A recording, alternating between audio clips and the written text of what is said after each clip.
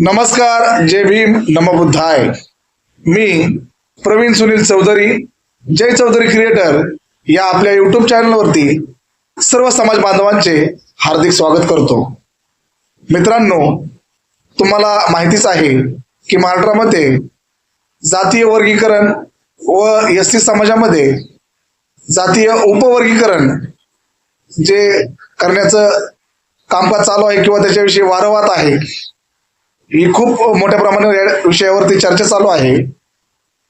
मातंग समाज या उपवर्गीकरणाच्या समर्थनात आहे. अनेक बाजूने अनेक मार्गाने आपले म्हणणे तो सरकारसमोर मांडत आहे, आंदोलने करत आहे, मोर्चे काढत आहे व सरकारला निवेदन देत आहे व या उपवर्गीकरणाच्या समर्थनात मातंग समाज आहे. उर्वरित 58 जातीपैकी एक जातीय समूह म्हणजे बौद्ध समाज म्हणजेच महार या उपवर्गीकरणाच्या विरोधात कडाडून भूमिका घेत आहे व रस्त्यावर उतरून आंदोलन करत आहे, विविध मार्गाने आपले म्हणणे मांडत आहे व सरकारपुढेही या उपवर्गीकरणाला आपला विरोध दर्शवत आहे. संपूर्ण प्रक्रिया ही संविधानिक मार्गाने चालू आहे. मित्रांनो, मातंग समाजाचे म्हणणे आहे की 59 जातीपैकी ते स्वतः सोडून व मार समाज सोडून उर्वरित 57 जाती आमच्या बाजूने आहेत किंवा आम्ही त्या जातींच्या विकासासाठी एक गटप्रमुख म्हणून किंवा संघटक म्हणून आम्ही त्या जातींचा लढा आम्ही आमच्या बाजूने लढत आहोत. त्यांचं म्हणणं आहे की उपवर्गीकरण झाल्यानंतर आमच्या बरोबर त्या जात समूहांचाही फायदा होईल व ते आमच्या बाजूने आहेत. हे त्यांचं म्हणणं कितपत खरं आणि तथ्य असलेलं आहे किंवा हे वरच्यावर ते खोटं बोलत आहेत किंवा ही अफवा आहे, हे आपण या ठिकाणी पाहणार आहोत. या अगोदर आपण पाहिलं की चांभार समाज, ढोर समाज व अनेक इतर समाज कशा प्रकारे उघडरित्या या उपवर्गीकरणाच्या विरोधात आहेत. त्यांच्या प्रत्येकाच्या समाज नेत्यांनी किंवा समाजाच्या प्रमुख व्यक्तींनी उघडपणे या उपवर्गीकरणाला विरोध केलेला आहे. त्याचप्रमाणे आता आपण पाहणार आहोत की कशा प्रकारे होलार समाजाचे नेते MM सुरनर साहेब यांनी कशा प्रकारे उघडप्रमाणे या उपवर्गीकरणाला विरोध केलेला आहे. चला तर मग आपण पाहूया व्हिडिओच्या माध्यमातून की त्यांनी कशा प्रकारे या उपवर्गीकरणाला विरोध केलेला आहे आणि मातंग समाजाचे हे म्हणणे खोटे आहे की आमच्याच बरोबर इतर समाजही आहेत.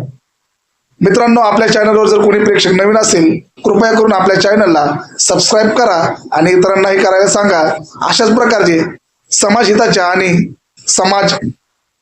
समाजाला धरून व समाजाच्या हितकारणी गोष्टी आपण माहितीपटाच्या रूपात आपल्या समोर घेऊन येत असतो. चला तर जास्त वेळ न वाया घालवता आपण साहेबांचा व्हिडिओ पाहूया. बहुजन सुखाय, अट्टाणु हिताय, लोकाणु कंपाय, आदी कल्याण, मध्य कल्याण आणि अंत कल्याण.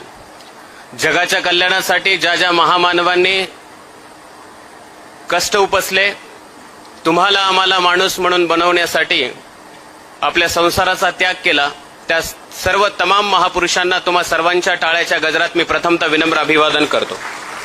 मंचावर उपस्थित सर्व सन्माननीय विचारमंच आणि माझ्या समोर उपस्थित असणाऱ्या सर्व भारतीय संविधानांना वाचून त्याला मांडणाऱ्या भीमसैनिकांनो, मला या ठिकाणी 7 मिनिटाचा वेळ दिलेला आहे.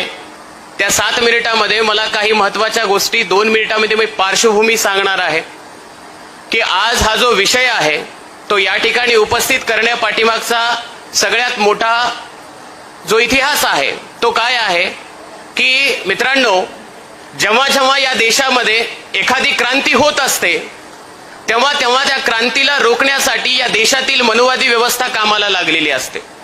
आणि म्हणून 2500 वर्षापूर्वी तथागत भगवान गौतम बुद्धांनी या देशामध्ये प्रज्ञाशील करुणेचा विचार पेरला आणि या देशाला नव्हे तर जगातल्या 128 देशामध्ये आपला सम्यक क्रांतीचा विचार नेऊन पेरला आणि जगातले 128 देश आज बौद्धमय झाले.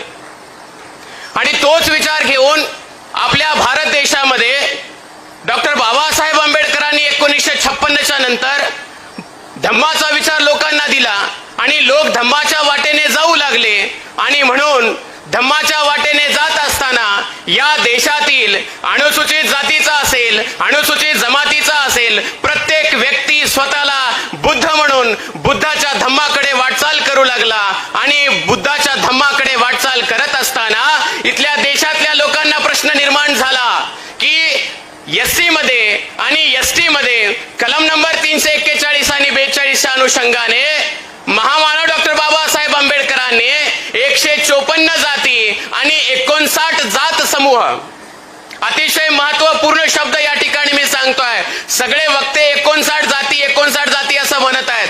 59 जाती नाहीयेत त्या, तर त्या 59 जात समूह आहेत. त्या नंबर वाईज सिक्वेन्स नुसार जरी लिहिलेल्या असल्या तर त्यामध्ये वेगवेगळ्या नंबरच्या जातीमध्ये सब क्लासिफिकेशन्स आहेत आणि म्हणून 154 जाती आणि 59 जात समूहांना एकत्रित करण्यासाठी डॉक्टर बाबासाहेब आंबेडकरांनी जी महान क्रांती केली तो विचार आपल्या डोक्यात घेऊन या देशातला चर्मकार असेल, कोलार असेल, महार असेल, मातंग असेल, वडार असेल, घिसाडी असेल, कैकाडी असेल, ती सगळीच माणसं त्या मानवतेला प्रेरित होऊन बुद्ध धर्माकडे वाटचाल करू लागली आणि ते बौद्ध होऊ लागली. मग इथल्या मनुवादी व्यवस्थेला प्रश्न निर्माण झाला की या देशातले एससी जर बौद्ध झाले तर येणाऱ्या काळामध्ये आपलं राजकारण कसं टिकणार, येणाऱ्या काळामध्ये आपण कुणाला हाताशी धरणार आणि येणाऱ्या काळामध्ये गुलाम म्हणून आपली व्यवस्था आपण कशी टिकवून ठेवणार. आणि म्हणून याच्यासाठी त्यांनी हा डाव घातला आणि 2004 ला ही घटना या ठिकाणी त्यांच्या मार्फत RSS आणि मनुवादी लोकांच्या मार्फत सुरुवात झाली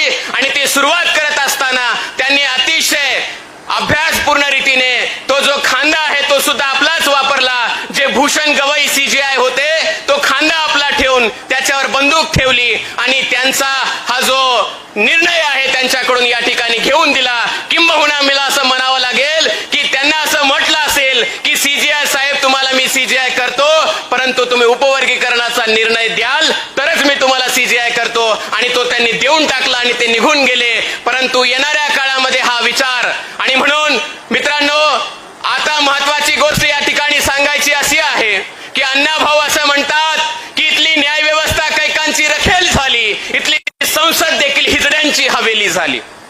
त्या काळात एवढा प्रखर लिहिणारा सत्यशोधक विचारांचा अण्णाभाऊ आणि आज त्यांचे वारसदार म्हणून लिहिणारे जे लोक आहेत त्यांच्यात आणि यांच्यामध्ये काय फरक आहे तो आपण विचार केला पाहिजे.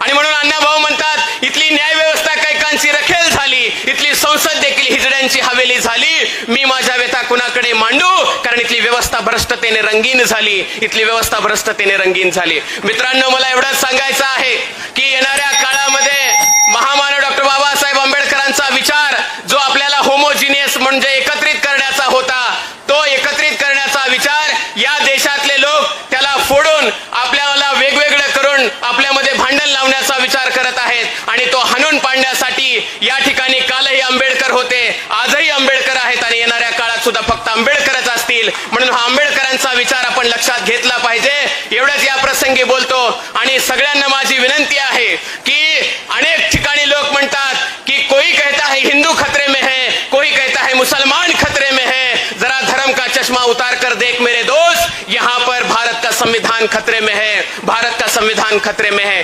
एवढंच या प्रसंगी बोलतो. बोलण्यासारखं भरपूर आहे परंतु सगळेच विचारवंत या ठिकाणी बोलणार आहेत म्हणून मी जास्तीचा वेळ न घेता या ठिकाणी हुलार समाजाच्या वतीने पंढरपूरमध्ये परिषद झाली आणि आम्ही प्रखरतेने या उपवर्गीकरणाचा विरोध केलेला आहे आणि येणाऱ्या काळात रस्त्यावरची लढाई असेल तेव्हा सुद्धा आम्ही आंबेडकर साहेबांसोबत रस्त्यावरच्या लढाईला सोबत आहोत. हा आशावाद या ठिकाणी व्यक्त करतो आणि थांबतो. सर्वांना क्रांतिकारी जय भीम, नमो बुद्धाय.